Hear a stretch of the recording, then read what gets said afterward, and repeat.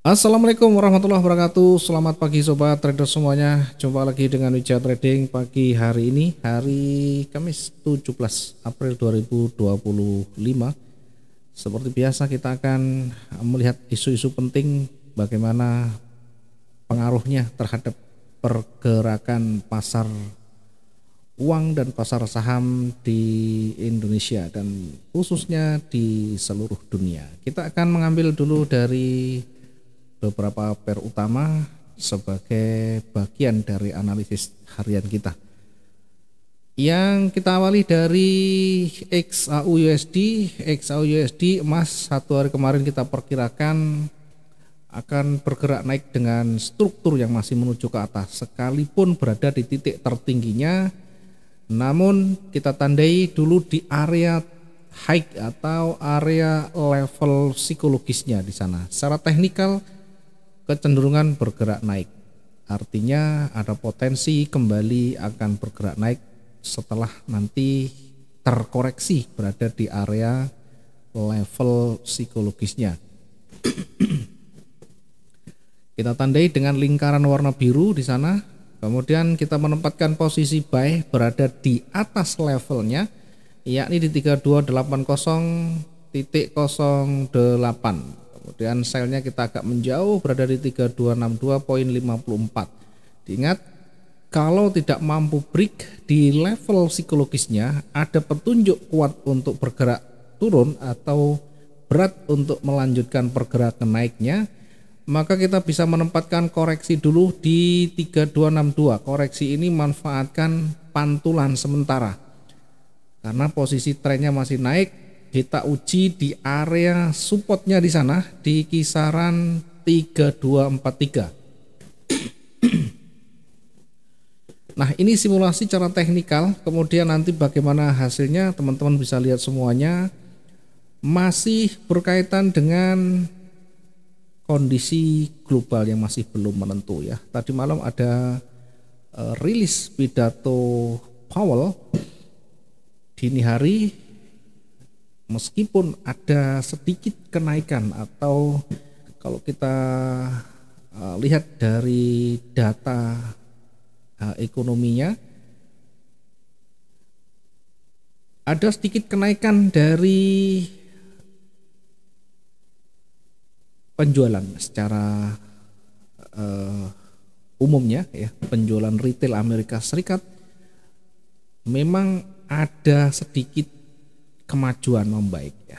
Namun demikian kekhawatiran perang dagang dan potensi inflasi yang bisa mendorong investor mengalihkan asetnya menjadi aset yang lebih aman, dalam hal ini tentu emas, yang dalam beberapa hari terakhir terus melonjak, terus merangkak sangat-sangat luar biasa, hingga tadi malam mencapai rekor tertingginya berada di harga 3.340 sekian.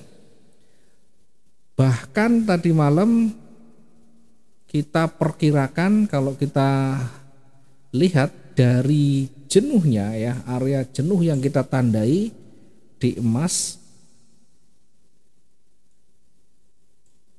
kita menandai area jenuhnya masih cukup jauh.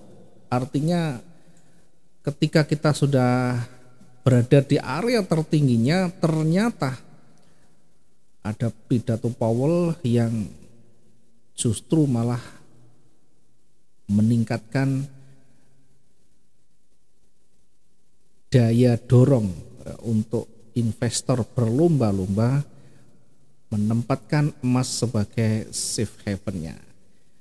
Maka tidak heran ketika di pergerakan dini hari masih bergerak terus ya, bergerak sampai di puncak tertingginya 3.342. Tentunya tidak serta-merta kita melihat dari teknikal ya, dari sisi global, dari sisi pengaruh fundamental sangat mempengaruhi ya. Bagaimana dengan pergerakan saham? Kalau kita lihat di beberapa catatan saham dalam dan luar negeri masih sama-sama lesu, masih sama-sama anjlok meskipun ada sedikit banyak yang mulai merangkak naik. Namun demikian secara umum masih memerah semuanya. Nah, kita sedikit akan kembali melihat dari emas ini. Secara teknikal kita sudah bisa melihat pergerakan demi pergerakan, sekalipun fundamental kita mungkin sudah amati jauh-jauh hari, kita perkirakan masih cukup panjang potensi naiknya. Namun dari teknikal kita sudah bisa melihat ya, dari kecenderungan yang ada, dari momentum yang muncul di sana. Bahkan ketika berada di area level psikologisnya ada momentum bullish yang sangat kuat di sana, tanpa penolakan, tanpa ada perlawanan yang signifikan ya, yang ada hanya koreksi-koreksi kecil dan pada akhirnya kembali ke titik tertingginya. Sehingga dengan demikian meskipun kita menempatkan posisi yang salah, recovery pun berada di titik level rendahnya masih bisa kita exit, masih kita bisa menempatkan recovery kita menjadi lebih baik. Dari awalnya rugi, kalau kita betul-betul disiplin dengan risk management yang sudah dijalankan, maka sampai di titik koreksi pun masih bisa mengamankan kerugian. Setelahnya kita tentu melihat bagaimana pola itu terbentuk kembali, ya, bagaimana momentumnya, bagaimana rejeksinya dan seterusnya, di mana tidak ada petunjuk yang kuat akan bergerak turun, sehingga fokusnya adalah ke tren naik. Nah, ini untuk di emas pengaruhnya karena sangat-sangat luar biasa ini. Tentunya menjadikan pelaku pasar banyak berbondong-bondong, berlomba-lomba untuk terus mengincar logam kuning ini. Ke depan dari emas ini masih ada potensi yang bergerak naik ya, namun tetap kita harus waspada berada di puncaknya.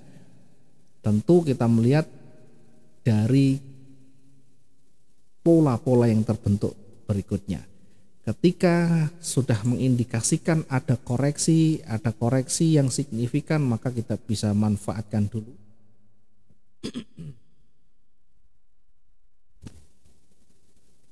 Baru setelah nanti tidak mampu menempatkan koreksi menjadi lebih dalam lagi, kemudian mulai momentum bullish muncul, kita bisa menempatkan posisi baik kita kembali.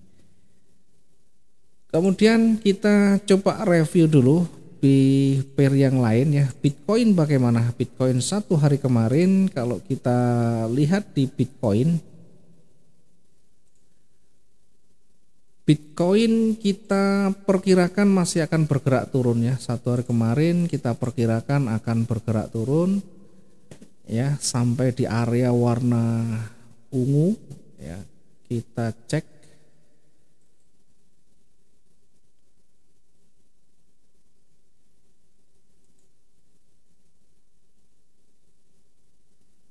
Bitcoin ya, Bitcoin 16 ini ya. Kita perkirakan Bitcoin masih akan bergerak turun dengan area uji yang sudah kita tandai. Perhatikan, karena akan berpotensi turun, area ujinya kita tandai warna kuning di sana. Kemudian di atas juga demikian kita tandai area uji bullishnya ya. Tentu kita menempatkan di antara duanya ya, di atas kita tempatkan lebih tinggi dari area ujinya, di bawah juga kita tempatkan lebih rendah.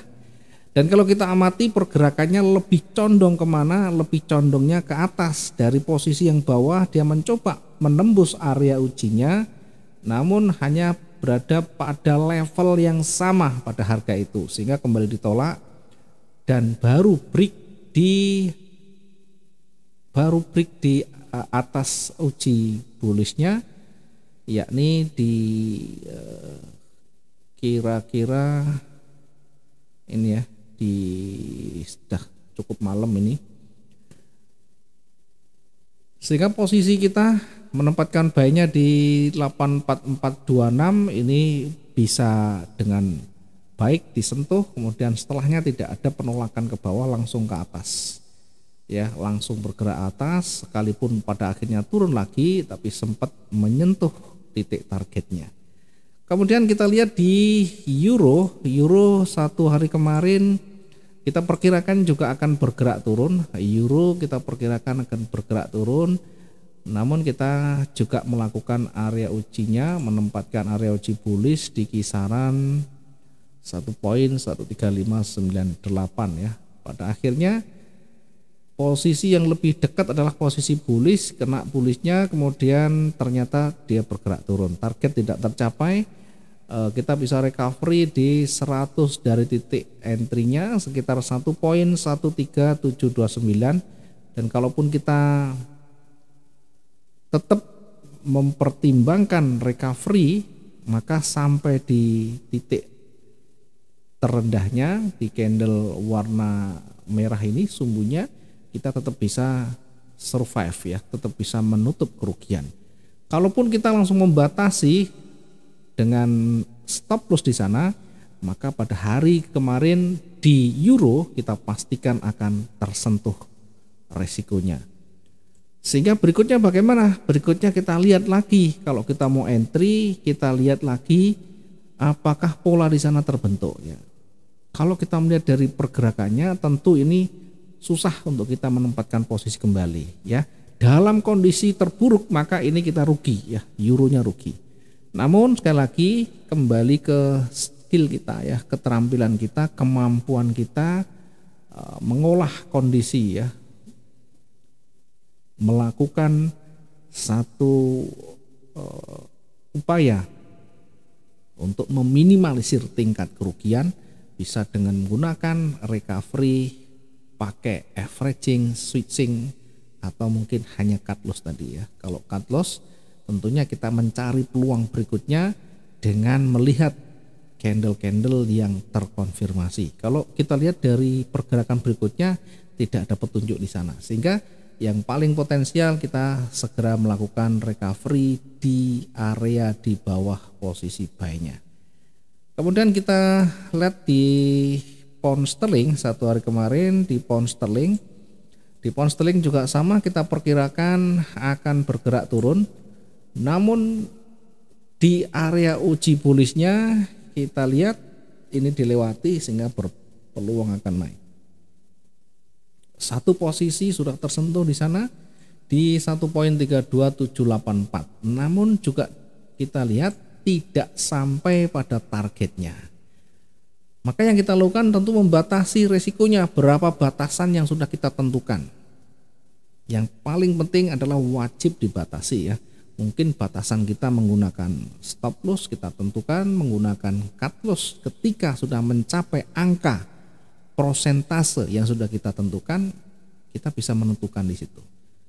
Setelahnya kita bisa menempatkan kembali posisi setelah terpenuhi kembali pola yang terbentuk di sana sesuai dengan sistem trading kita.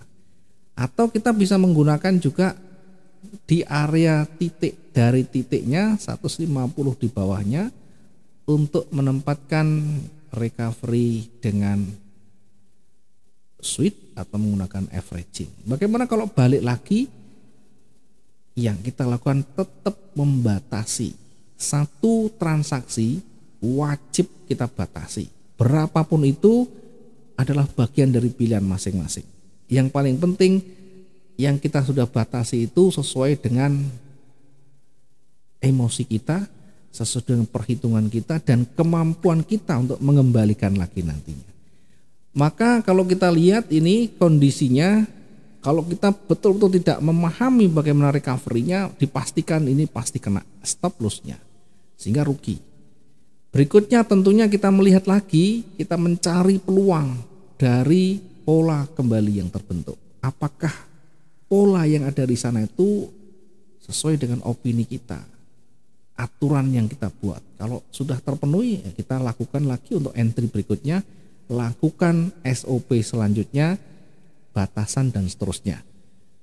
Nah, kalau kita lihat dari benar atau tidaknya, tentu ini tidak benar di analisanya ya. Tetapi kembali lagi ke setup masing-masing, kembali lagi pada pribadi masing-masing, bagaimana caranya supaya bisa survive di sana. Baik, itu yang bisa kita evaluasikan. Gambaran secara umumnya untuk di emas masih berpeluang sangat besar untuk naik ya. Bahkan 3.500 pun masih berpotensi ya. Hanya saja tentunya pergerakan itu tidak bisa serta-merta langsung melesat dengan signifikan. Nah, semuanya ada prosesnya, ada perlawanan, ada koreksi dan seterusnya. Nah, tugas kita adalah melihat bagaimana petunjuk yang kita temukan, kemudian syarat apa yang menjadi catatan kita untuk entry dan seterusnya. Kita akan menganalisa sesuai dengan sesuai dengan catatan dan SOP yang kita sudah buat. Ya, teman-teman bisa membuat sendiri. Kalau saya lihat di situ sudah tertingginya tidak ada yang lebih tinggi dari hari ini juga ya. Sekarang sudah paling tinggi sehingga tidak bisa kita menggunakan histori yang jauh ya. Kita menggunakan yang terdekat. Maka ketemulah di sana namanya resisten yang baru. Ini resisten nanti untuk menguji kekuatan bullish di sana. Kemudian untuk daily range-nya ya, tadi malam beritanya cukup banyak, hari ini malam ini juga cukup banyak, sehingga untuk daily range-nya kita gunakan yang agak panjang. Namun tidak seperti yang kemarin karena sudah cukup signifikan, maka saya tidak gunakan untuk mengukur kekuatan daily range untuk hari ini ya, karena terlalu panjang ya, luar biasa dari hari-hari sebelumnya, sehingga saya lebih cenderung menggunakan area ini untuk menguji kekuatan bearish nanti ya. Ini adalah area jenuh jual ya. Untuk area jenuhnya kita tandai di 3245. Kemudian kita akan mengukur ya, kira-kira satu hari ini ya sampai di mana untuk koreksinya. Kita akan lihat di situ, kira-kira di situ ada area ujinya. Nah, mampu atau tidaknya kita lihat banyak penolakan di sana. Kita coba simulasikan dari kondisi naik dulu. Ya, karena sudah terpenuhi dari kemarin, dari pergerakan awalnya naik kemudian koreksi, kemudian naik lagi, akan berpotensi hari ini terkoreksi kembali ya, terkoreksi kembali. Kemudian setelahnya bagaimana nanti di area di situ, kalau tidak mampu lewat ke bawah maka akan kembali bergerak naik ya. Untuk daily range ke atas kita perkirakan sampai pada harga 3.407 ya, 3.407 ya untuk potensi naiknya. Kemudian dari space yang ada ya, kita bisa menempatkan untuk buy dan sell-nya. Untuk buy-nya kita uji di area level psikologisnya ya, di situ terlalu jauh. Mungkin untuk buy di sana agak terlalu jauh, sehingga kita manfaatkan untuk pada posisi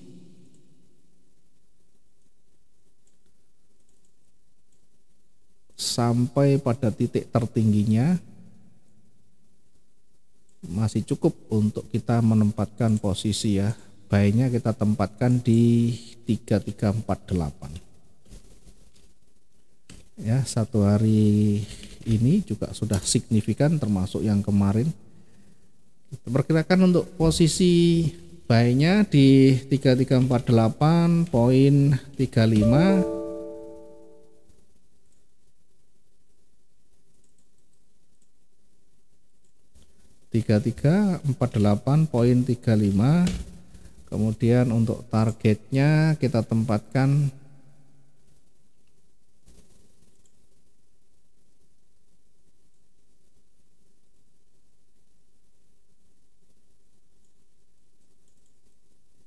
cukup di puncak hari ini di harga 3357.72.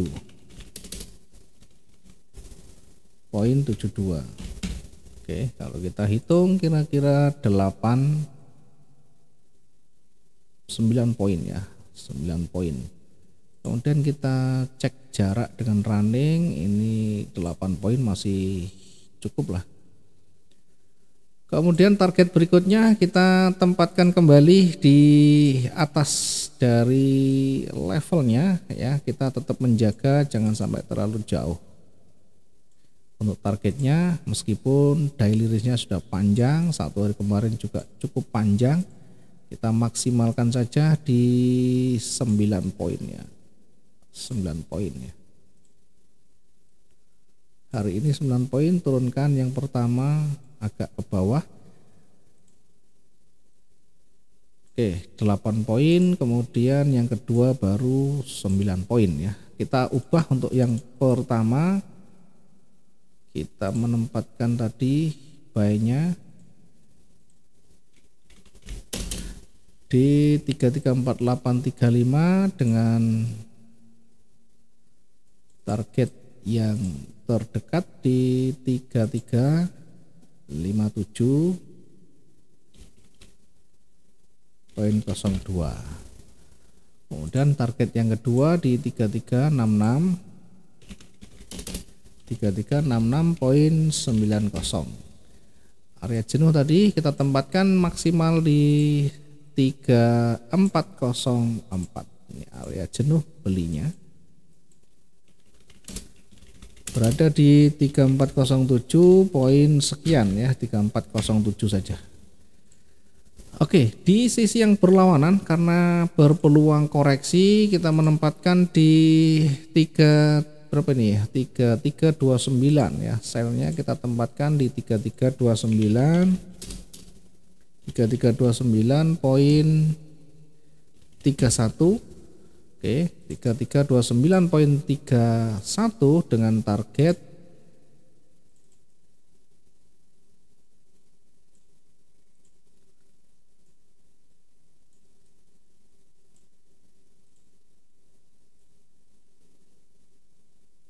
masih cukup panjang ini targetnya. Kita menempatkan 3319.47 ya, kita perbesar dulu ya kelihatan. Kemudian target selanjutnya kita menempatkan di 3310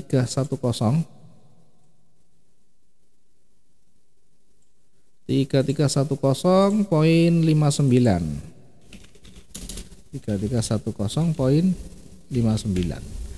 Area jenuhnya kita tempatkan maksimum di 3249 tadi ya. Kita tempatkan untuk area jenuhnya, area jenuh jual di 3245 poin sekian.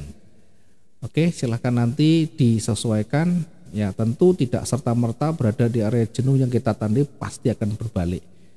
Selalu saya sampaikan yang paling penting bukan areanya, tetapi kita bisa memperkirakan di kisaran itu apakah ada petunjuk apa tidak ya. Kalau ada petunjuk kita lihat petunjuknya terkonfirmasi kuat apa enggak.